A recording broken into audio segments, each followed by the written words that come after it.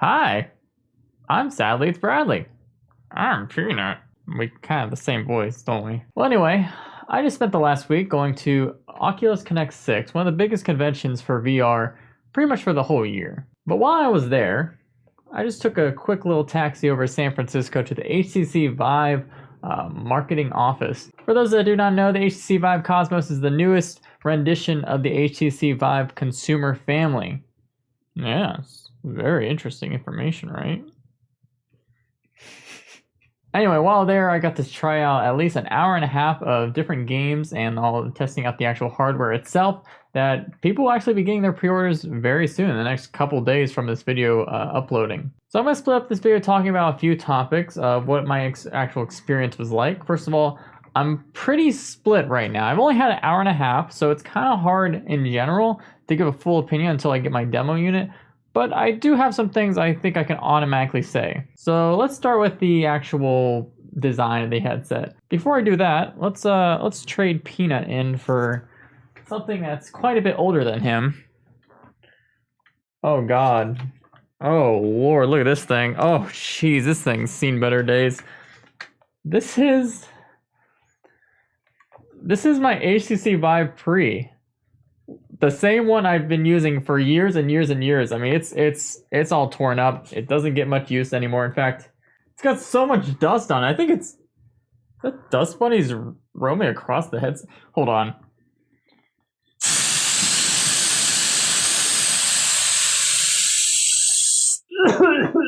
Good as new.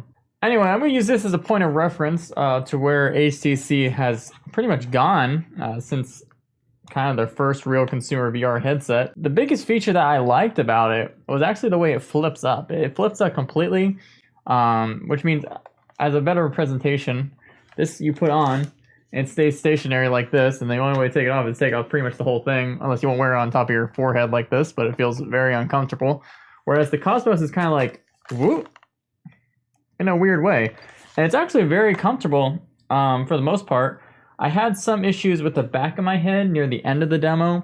I'm kind of not sure if that's to do with the actual comfort of the headset, or I just couldn't get the right tampering with the right strap settings correctly for my head. I know with other headsets, such as the Valve Index, it took me some time to get the straps perfectly, but once I did get perfectly, it really was one a very comfortable headset. But the actual flip-up design is very good. I feel like when I actually get my unit, I will actually use my Cosmos more for doing videos and streams, because there's so many times where I want to actually stop record, stop streaming, or check something of the game I'm running, making sure the game is like tons of different reasons why I want to pull up the headset easily instead of take off the entire headset and then have to put it back on and get that sweet spot again for the index. So it's a really good, useful design for people that have are developers for, especially because they're constantly taking their headset on and off and on and off. Kind of hard to do on the original Vive, but you can actually kind of move the lens farther from your face and more closer. And this was sort of to do with if you're wearing glasses or for comfort options. The Index also has this feature. And due to the fact that the actual headset rests only on your face and flips up and down instead of actually moving forward and backward, they had to remove that feature. So that the headset clearly was designed to not kick out people that wear glasses. I think if you actually do wear glasses, it will be one of the most comfortable headsets on the market for you. But for people that don't have headsets, it feels like it's very far in comparison to headsets such as the Index has this great FOV, the lens get really close to your face, almost touching your eyeballs at some points. I can't wear the Index fully close to my eyes due to that reason, but if you're wearing glasses, that's a great feature for you. It has a very wide headset. They even told me that they made it wider than their previous headsets just for glasses in mind. So I know a lot of people have issues wearing certain VR headsets when they're wearing their glasses. So the Cosmos might be good for you in that matter. It also had built-in audio, similar to the Deluxe audio strip on the Vive and Vive Pro. It's very similar. In fact, it didn't really sound that different. It was, of course, very good audio. I never had any issues with audios on that headset, but of course, it's nowhere near as good as the Valve Index audio. But pretty much, if you're not comfortable with people hearing you across the room, I asked my wife, who was in the room with me, kind of on the couch, literally a few feet away, and I asked her if she could hear any of the gameplay I was doing, and she said no. Whereas the Valve Index, you can kind of hear what's going on in the same room. If you're playing that might be bothersome to you. But obviously, the actual audio quality is not as good as the Index, but still very good and so much better than the Oculus counterparts.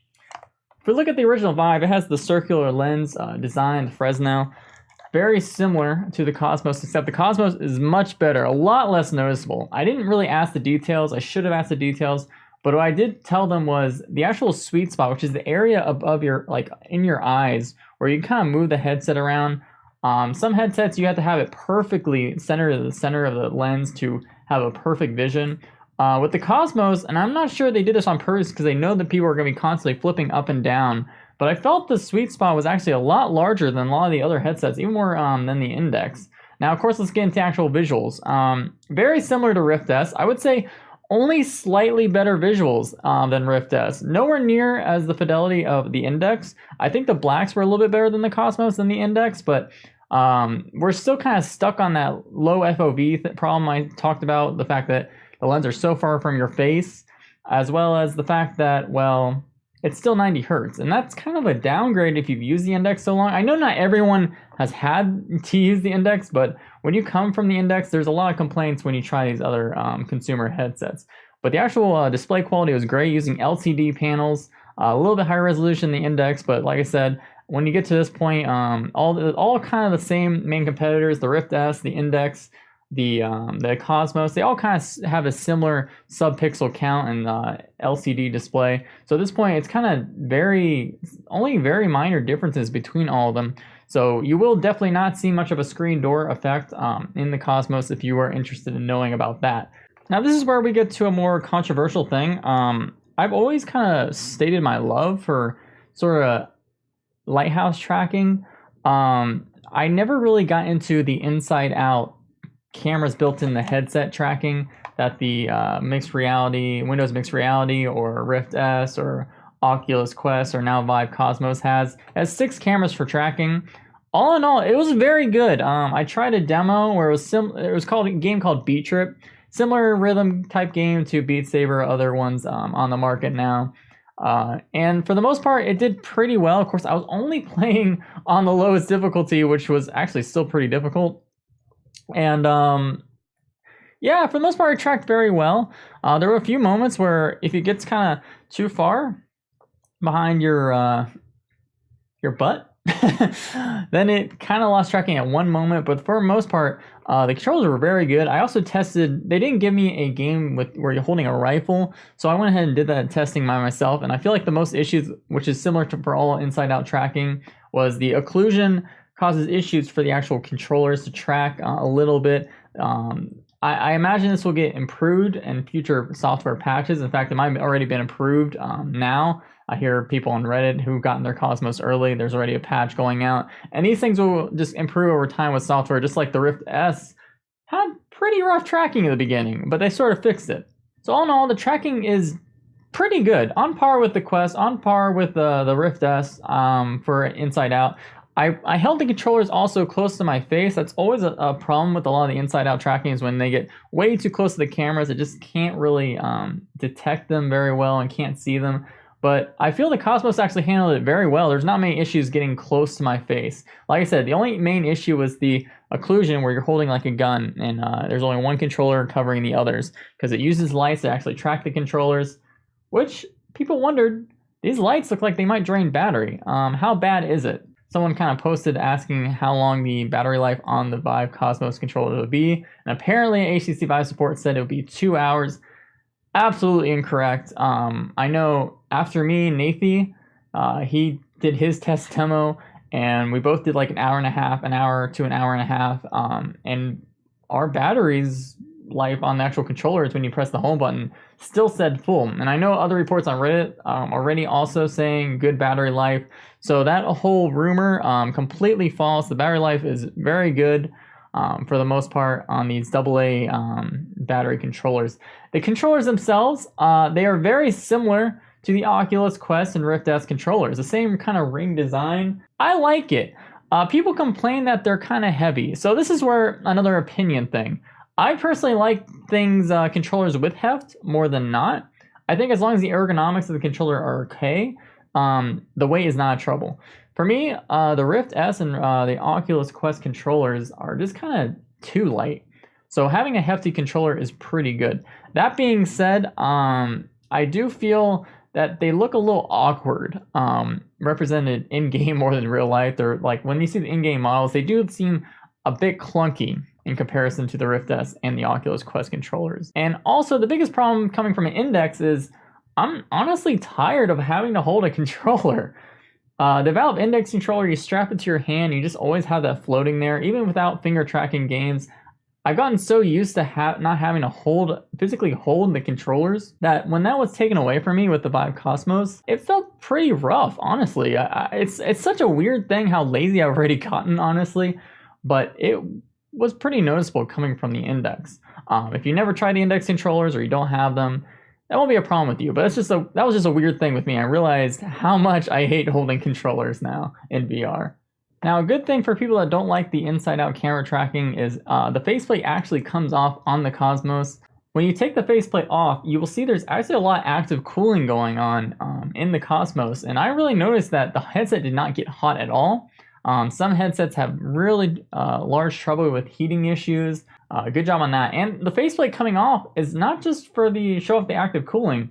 They are releasing a SteamVR Lighthouse tracking accessory next year, which I'm actually more interested in trying that out. Of course, I've said already how many times, I'm very big fan of SteamVR Lighthouse tracking.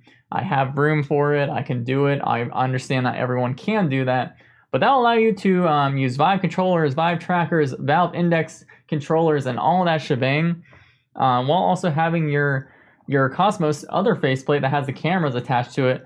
And when you kind of go somewhere, you can just take that SteamVR Lighthouse faceplate off and put on the camera one to go anywhere and bring it easily. So I really like that. They also announced some eye tracking accessories that'll work for all Vives, including the Cosmos, which means you'll be able to literally attach some eye tracking thingamajigs right on the lens. And then finally, another attachment that works for the Cosmos is the Vive wireless adapter that's been around for a few years now.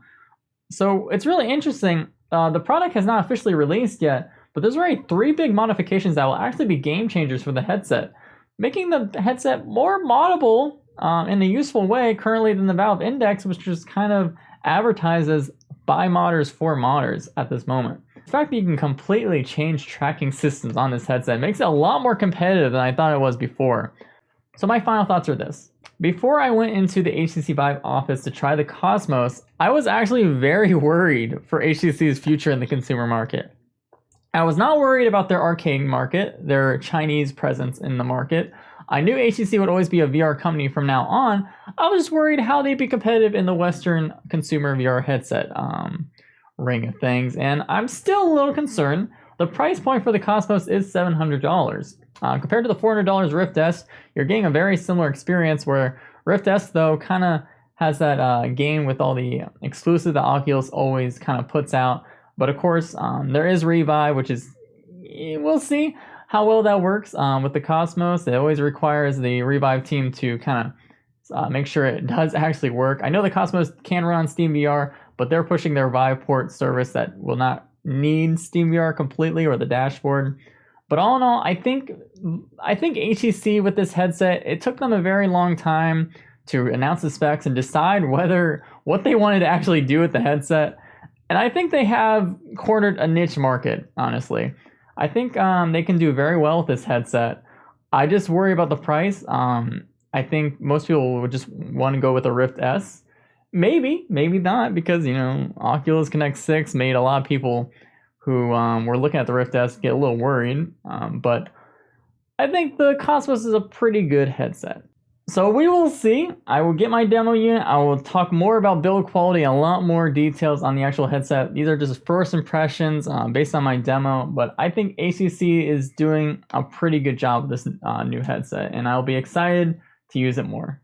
If you like this video, then please like, subscribe, and all that good stuff, so, you know, Peanut will get a nice little dog treat for every person that subscribes or likes this video. And if you don't like it, I will siphon out his stomach. Bye!